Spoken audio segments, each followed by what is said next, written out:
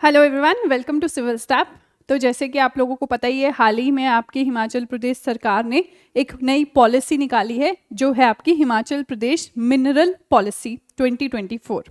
तो अब ये पॉलिसीज़ आपको पता है आपके जो मेंस के सिलेबस में है वहाँ पे मेंशन्ड है और बहुत ज़्यादा इम्पॉर्टेंट है। तो विद टाइम इन पॉलिसीज़ पे जो है वो क्वेश्चन आपसे मेंस में पूछे भी गए हैं। तो यहाँ पे हम देखेंगे कि क्या नीड थी इस पॉलिसी की, इससे पहले जो पुरानी पॉलिसी थी वो हमें कब देखने को मिली, क्या ऑब्जेक्टिव है अब इस नई पॉलिसी के, और क्या इनिशिएटिव्स हैं जो आपकी गवर्नमेंट ने लिए हैं। तो सबसे पहले हिमाचल प्रदेश मिनरल पॉलिसी 2024। अब इसका मेन जो आप फोकस देखोगे वो है आपका सस्टेनेबिलिटी पे। ठीक है जी। तो सस्टेनेबिलिटी हमें पता है कि हमारा जो है SDGs जो आपके सस्टेनेबल डेवलपमेंट गोल्स हैं, उनका मेन मकसद जो है वो यही है कि हमारे रिसोर्सेज जो हैं वो ऐसे इस तरह से यूज़ हो कि प्रेजेंट जनरेशन भी उसको यूज़ करे, लेकिन हम अपनी फ्यूचर जनरेशन को भी पास ऑन कर सके। तो ये आइडिया सस्टेनेबिलिटी का जो हमारे 17 सस्टेनेबल डेवलपमेंट गोल्स हैं उसी में से आपका देखने को मिला है कि हमारे इन्वायरमेंट को भी कोई हार्म ना हो, प्लस आपका जो है इकोनॉमिक ग्रोथ है स्टेट की वो भी बनी रहे। अब बात आती है कि इससे पहले जो हमें पॉलिसी देखने को मिली वो आपको कब देखने को मिली, 2013 में। तो इससे पहले 2013 में आपकी पॉलिसी बनी थी मिनरल्स के ऊपर, और अब जो है लगभग आपके 10 साल जो है गुजर गए हैं और बहुत सारे चेंजेस भी आपके आए हैं जो आपके सेंट्रल गवर्नमेंट की पॉलिसीज़ है, राइट, जो इन्वायरमेंट को लेके आपकी पॉलिसीज़ है। जैसे हमने SDGs की बात की तो 15 साल जो है अब हमें ये गोल्स अचीव करने हैं। तो इसी को नज़र में रखते हुए अब आपकी राज्य की हिमाचल प्रदेश की पॉलिसी भी जो है चेंज की गई, अपडेट की गई। तो यहाँ पे आप देख रहे हो स्टेट ने जो है आपका हिमाचल प्रदेश मिनरल पॉलिसी 2013 में जो है वो लागू की थी। अब ये पॉलिसी है, इसमें कुछ कीवर्ड्स हैं जो हमें ध्यान में रखना है। दो कीवर्ड्स हैं, साइंटिफिक और सिस्टमैटिक। तो इस पॉलिसी का जो मेन एम था, जो हमारी अब वाली पॉलिसी का भी है, वो यही है कि एक सिस्टमैटिक रूप से और एक साइंटिफिक टेक्निक जो है वो यूज़ करके हमें मिनरल्स को एक्सप्लोर करना है। प्लस आपका जहाँ पे भी आपकी ये माइनिंग प्रोसेस हो, चाहे वो पब्लिक सेक्टर में हो चाहे प्राइवेट सेक्टर में हो, वो हमें एनवायरनमेंट एक प्रोटेक्ट करके रखना है। प्लस आपका रेगुलेट करना है माइनिंग एक्टिविटीज़ को स्टेट में साइंटिफिक और सिस्टमैटिक मैनर में, जैसे हमने बात की। तो ये जो कुछ कीवर्ड्स होते हैं इन्हें ज़रूर याद रखिए, क्योंकि एग्ज़ाम में ये कीवर्ड्स आपके बहुत इंपॉर्टेंट रोल प्ले करते हैं। आइए अब मूव ऑन करते हैं हम नेक्स्ट टॉपिक पे, जो है नीड। तो ज़रूरत क्या पड़ी आपको एक नई पॉलिसी बनाने की। तो सबसे पहली ज़रूरत तो यही थी कि आपका 10 सालों में बहुत सारी चीज़ें बदल जाती है। तो 2013 के बाद बहुत सारे चेंजेस आए, नेशनल लेवल पे भी आपकी जो पॉलिसी है उसमें चेंजेस आपको देखने को मिले, राइट। तो इसीलिए टेक्नोलॉजीज़ बदलती है, नई टेक्निक्स आती है, तो इसीलिए आपका जो है अब पॉलिसी चेंज आपको देखने को मिल रहा है, राइट। तो यहाँ पे देखो पहला रीज़न यही दिया गया है कि एक डेकेड गुजर गया था, मतलब 10 साल का जो वक्त है वो गुजर गया था, और इसीलिए सिग्निफिकेंट चेंजेस आपको देखने को मिले माइनिंग सेक्टर में अभी तक। अब यहाँ पे देखो जो भी आपके नेशनल मिनरल पॉलिसी में चेंजेस आए थे, अब आपको पता है आपका फ्रेमवर्क कैसे चलता है।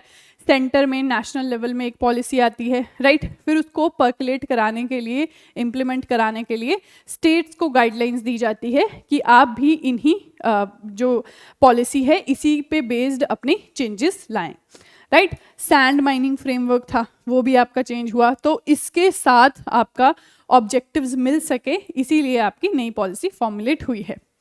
दूसरा देखिए, अब जो नई पॉलिसी है ये प्रेजेंट चैलेंजेस तो आपके एड्रेस करेगी ही, प्लस ये जो हमारा स्टेट है आपको पता है माउंटेनियस टेरेन है यहाँ का, तो एक डिफ़िकल्टी आती है हमें किसी भी सेक्टर में। तो माइनिंग सेक्टर में जो डिफ़िकल्टी आ रही है टेरेन की वजह से, उसे भी एड्रेस करेंगी। फिर है आपका जो आपका मिनरल्स की डिमांड बढ़ती जा रही है। अब देखिए किसी भी कंट्री को, स्टेट को, एरिया को आपकी डेवलपमेंट करनी है तो उसको क्या चाहिए, मिनरल्स की ज़रूरत होती है आपकी इंडस्ट्रीज़ में, राइट। आपकी कंस्ट्रक्शन में बिल्डिंग्स बन रही है वहाँ पे मिनरल्स की ज़रूरत होती है। फिर आपको माइनिंग जो आप करते हो, जो सैंड है, रेता है, लाइमस्टोन है, ये सब क्या है आपके जिप्सम है, ये सब मिनरल्स हैं। तो इसीलिए आपकी ग्रोइंग डिमांड हो रही है ग्रोथ के लिए, इकोनॉमी को ग्रो करना है तो उसको क्या है, मिनरल्स की ज़रूरत ज़रूर है। फिर नेक्स्ट है to enhance the revenue collection. अब जो गवर्नमेंट का एक सोर्स ऑफ इनकम है रेवेन्यू कलेक्शन का, वो भी आपका इससे बढ़ेगा। तो ये कुछ नीड्स थी जिसकी वजह से न्यू पॉलिसी आपकी बनी है। अब यहाँ पे देखिए कुछ फैक्ट है। अब आप देखोगे कि हिमाचल जो है वो आपके पैलियोलिथिक टाइम से, मतलब एंशियंट टाइम से यहाँ पे आपको कंस्ट्रक्शन देखने को मिली है। बहुत मंदिर है, हमें बहुत सैकड़ों सालों पुराने मंदिर देखने को मिले हैं। मतलब आपके जो ये मिनरल्स थे, जो आपका ये एक्टिविटी थी, ये तभी भी यहाँ पे प्रेवलेंट थी, बट इतने कोई लार्ज स्केल पे नहीं थी। तो आज भी हमें इतना लार्ज स्केल में माइनिंग एक्टिविटी हिमाचल में देखने को नहीं मिलती है एज़ कम्पेयर टू आपका, अगर हम आपके झारखंड की बात करें, ठीक है, जहाँ पे बहुत माइंस है, आपके छत्तीसगढ़ की बात करें तो ये आपका मिनरल रिच बेल्ट है, राइट। तो उसके कंपैरिजन में तो कम है, बट स्टिल अपने स्टेट के यूज़ के लिए जो है वो काफ़ी है। तो यहाँ पे हम देखेंगे 7 मेगा सीमेंट यूनिट्स आपको देखने को मिलता है, 4 सीमेंट कंपनीज आपको देखने को मिलती है, प्लस आपको 5 मिनी सीमेंट प्लांट्स भी यहाँ देखने को मिलते हैं।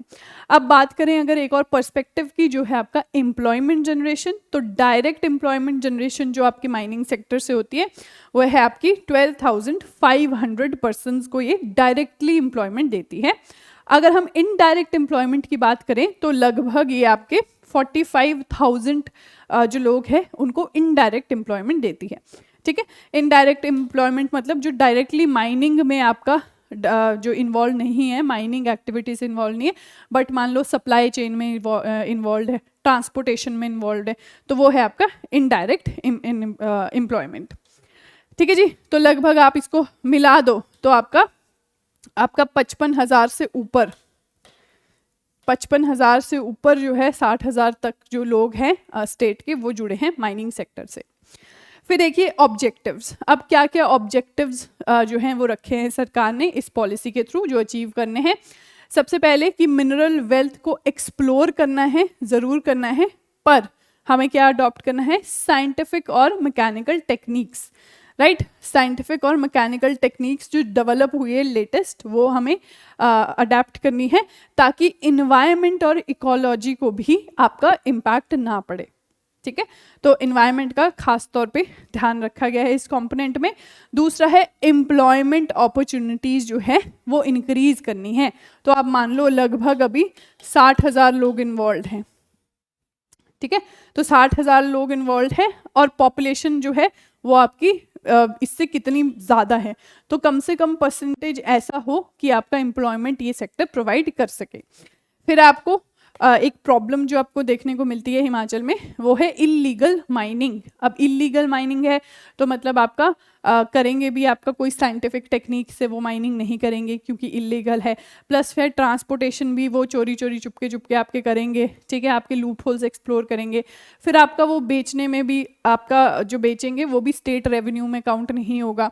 तो इसलिए इल्लीगल माइनिंग से आपका क्या है, स्टेट के रेवेन्यू पे भी फर्क पड़ रहा है, असर पड़ रहा है।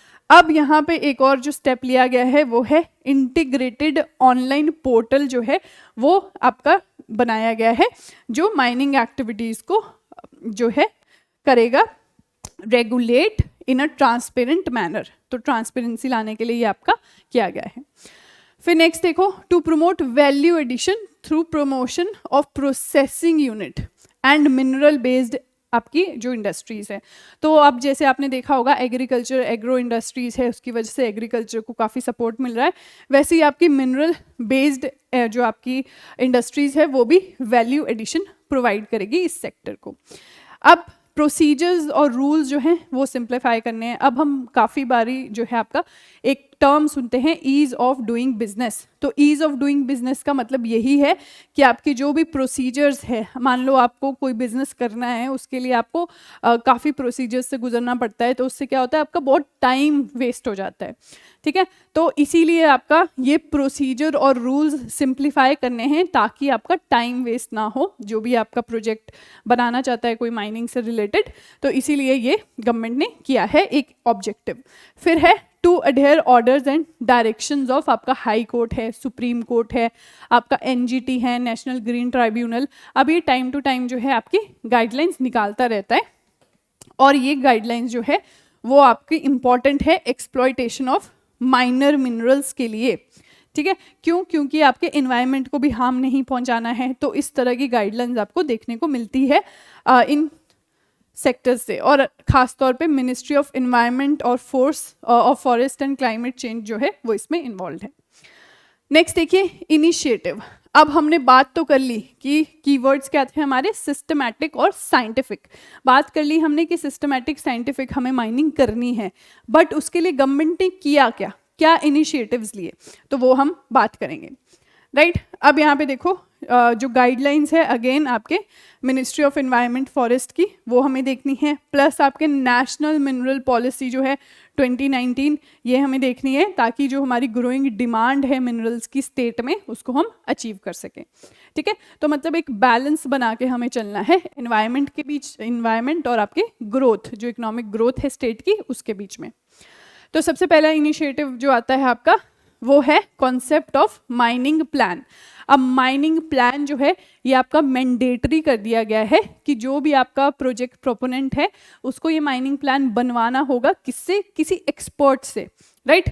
तो रजिस्टर्ड क्वालिफाइड पर्सन जो है उससे ये माइनिंग प्लान बनाना होगा, ताकि वो एक्नॉलेज कर सके कि एनवायरनमेंट को जियोलॉजिकली और टेक्निकल कंसिडरेशन जो है वो सारी ठीक है इस प्रोजेक्ट की। तो इसीलिए आपको ये इम्पॉर्टेंट है बहुत ज़्यादा और मैंडेटरी है। ऐसा नहीं बना तो ठीक है, नहीं तो नहीं बनाया, लेकिन मैंडेटरी है, बनाना ही होगा। फिर नेक्स्ट आता है आपका mandatory provision of environment clearance. अब आपका देखो एक्सट्रैक्शन ऑफ मिनरल्स हो रही है, तो ऑफ कोर्स नेचर में जो नेचुरल रिसोर्सेज है उन पे आपका इम्पैक्ट पड़ेगा।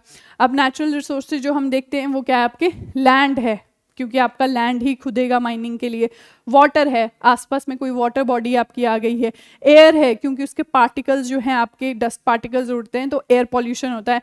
तो इसीलिए इस इम्पैक्ट को भी ध्यान में रखना है और इसके प्रिवेंशन और मिटिगेशन के स्टेप्स भी साथ में बताने हैं अगर ऐसा कुछ हो रहा है। तो ये आपका इन्वायरमेंटल क्लियरेंस जो है ये भी मैंडेटरी है, राइट। नेक्स्ट मूव करते हैं, नेक्स्ट है आपका safeguard for public utilities and infrastructure.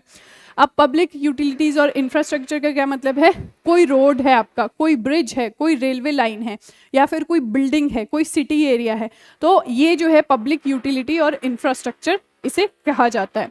अब आसपास में कोई माइन अगर बन जाएगी तो इन सबको नुकसान जरूर पहुंचेगा, इसीलिए हमें कंसिडर करना है कि माइनिंग एक्टिविटी जो है वो एक सेफ डिस्टेंस पे हो इस सेंसिटिव एरिया से, ठीक है। क्योंकि सेंसिटिव एरिया जो है वहाँ पे ऑफ कोर्स पॉपुलेशन भी आपकी होगी तो पॉल्यूशन भी ज़्यादा होगा। तो आप देख ही रहे हैं दिल्ली का जो पॉल्यूशन है वो रेट इतना बढ़ गया है कि लोगों को वहाँ पे एस्थमा, सांस की दिक्कत, ब्रोंकाइटिस ऐसी वाली प्रॉब्लम्स हो रही है। तो इसीलिए ये सेफ डिस्टेंस पे ऑपरेट करना ज़रूरी है। नेक्स्ट है आपका depth of mining in river stream bed. अब आप देखोगे कि आपके जो मिनरल्स हैं वो आपके रिवर बेड में भी पाए जाते हैं। तो अभी हाल ही में पॉलीमेटालिक नोड्यूल्स की बात हुई थी जो आपके सी बेड में भी पाए जाते थे। तो मेन जो आपका यहाँ पे रिवर बेड है, यहाँ पे जो हिमाचल में हम एक्सकवेशंस करते थे वो आपका माइनर मिनरल्स की थी, और सिर्फ हम 1 मीटर खोद सकते थे। 1 मीटर में जो मिनरल्स आपके आइडेंटिफाई हो सके, या फिर आप 1 मीटर तक ही गहरा खोद पाते थे। जबकि अगर हम बात करें अपने नेबरिंग स्टेट्स की तो वहाँ पे ये जो लिमिट है ये आपकी 3 मीटर है। तो इसीलिए अब इसी जो डिस्टेंसेस को कवर करने के लिए हिमाचल प्रदेश की जो नई पॉलिसी है उसने आपका लिमिट बढ़ा दी है 2 मीटर तक। तो अब जो हम ये माइनर मिनरल्स हैं इसकी एक्सकवेशन कर सकते हैं वो आपकी 2 मीटर्स तक है, राइट। तो ये चेंजेस आपको याद रखने हैं।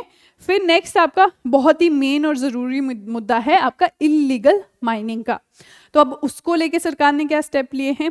सबसे पहले सरकार ने जो नोटिस की चीज़ वो ये है कि जो भी आपकी ये इलीगल माइनिंग हो रही है ये आपकी नाइट आवर्स में हो रही है, इसलिए जो ये ट्रांसपोर्टेशन है आपके ये आपकी माइनर मिनरल्स की मना कर दी गई है कि 8 बजे से शाम को सुबह के 5 बजे तक कोई ट्रांसपोर्टेशन नहीं हो सकती। दूसरी चीज़ है कि आपको ट्रांजिट पास बनाना होगा ऑनलाइन मोड में। तो जब भी आपको जो है ट्रांसपोर्टेशन करनी है तो आपको ट्रांजिट पास जो है वो ज़रूर चाहिए। फिर नेक्स्ट है जो अनऑथराइज्ड रोड्स और रूट्स है उनको भी आइडेंटिफाई किया गया। तो अब लोकल एरिया में वैसे भी आइडिया होता ही है कि कौन से रूट जो है वो यूज़ किए जा सकते हैं आपके इलीगल चीज़ों के लिए, इसीलिए उनको आइडेंटिफाई कर दिया गया है। फोर्थ जो चीज़ आपको देखने को मिलेगी वो है 4 डेडिकेटेड फ्लाइंग स्क्वाड्स बनाए गए हैं, और ये जो फ्लाइंग स्क्वाड्स है ये हेल्प लेंगे आपके ड्रोन्स की। तो ड्रोन पॉलिसी भी आपने देखा था लास्ट ईयर हिमाचल गवर्नमेंट ने जो निकाली थी, तो यहाँ पे भी ड्रोन्स का यूज़ ये फ्लाइंग स्क्वाड्स जो हैं आपके करेंगे, राइट। तो इसीलिए इलीगल माइनिंग जो है उसको कर्व करना बहुत ज़रूरी है। इससे दो चीज़ें हो रही है, एक तो आपकी अनसाइंटिफिक वे में माइनिंग हो रही है जो नेचर को हार्म कर रही है, दूसरा आपका जो स्टेट का गवर्नमेंट का रेवेन्यू शेयर है वो कम हो रहा है, राइट। तो ये कुछ इनिशिएटिव्स है, तो काफ़ी इनिशिएटिव्स गवर्नमेंट ने लिए, उनमें से कुछ इंपॉर्टेंट हमने यहाँ पे डिस्कस किए हैं। अब जो कंक्लूजन आपका इस पॉलिसी का निकलता है वो यही है कि आपको 3 कीवर्ड्स याद रखने हैं, एक सिस्टमैटिक, साइंटिफिक और सस्टेनेबल। तो जैसे हमने स्टार्टिंग में सस्टेनेबिलिटी के बारे में डिस्कस किया, तो इसका पूरा एम वही है कि ग्रोथ भी हो प्लस आपका इन्वायरमेंट भी सुरक्षित रहे। तो sustainability is the keyword in this आपका पॉलिसी। फिर बेसिक इंटेंट भी देख लो आपका, mitigate adverse impact on environment and ecology, साथ ही साथ आपकी डिमांड भी मिनरल्स की पूरी करनी है स्टेट में। फिर अगेन आपका रेवेन्यू पे बात आ जाती है अगली, कि रेवेन्यू शेयर भी स्टेट का बढ़ाना है ताकि स्टेट की जो इनकम है वो इंक्रीज हो। फोर्थ है आपका सोशियो इकोनॉमिक इमेंसिपेशन। तो सोशियो इकोनॉमिक इमेंसिपेशन का क्या मतलब है कि जो आपका एम्प्लॉयमेंट है, जो आपका माइनिंग अगर सेक्टर में आपकी कुछ ग्रोथ होती है तो उससे क्या डायरेक्ट इम्पैक्ट पड़ेगा एम्प्लॉयमेंट में। जो हमने डायरेक्ट इनडायरेक्ट एम्प्लॉयमेंट देखी आपकी, वो आपकी 60,000 के आसपास है, राइट। तो वो बढ़ेगी तो मतलब सोशियो इकोनॉमिक जो आपका सेक्टर है हमारे देश स्टेट का वो भी इंक्रीज होगा, लिविंग ऑफ स्टैंडर्ड भी इंक्रीज होगा, लोगों को जॉब मिलेगी, राइट। तो ये आपका है पॉलिसी का कंक्लूजन। प्लस आपको ये पॉलिसी जो है काफ़ी ज़्यादा इम्पॉर्टेंट है क्योंकि आपके एग्ज़ाम पर्सपेक्टिव में, मेंस में आपसे डायरेक्टली पहले भी कई बार पॉलिसीज़ पूछ ली गई है। तो ये जो इसका एनालिसिस है इसको ज़रूर कीजिए, कीवर्ड्स जो हैं ज़रूर आइडेंटिफाई कीजिए और उन्हें यूज़ कीजिए। तो इतना ही इस पॉलिसी के लिए। Thank you so much.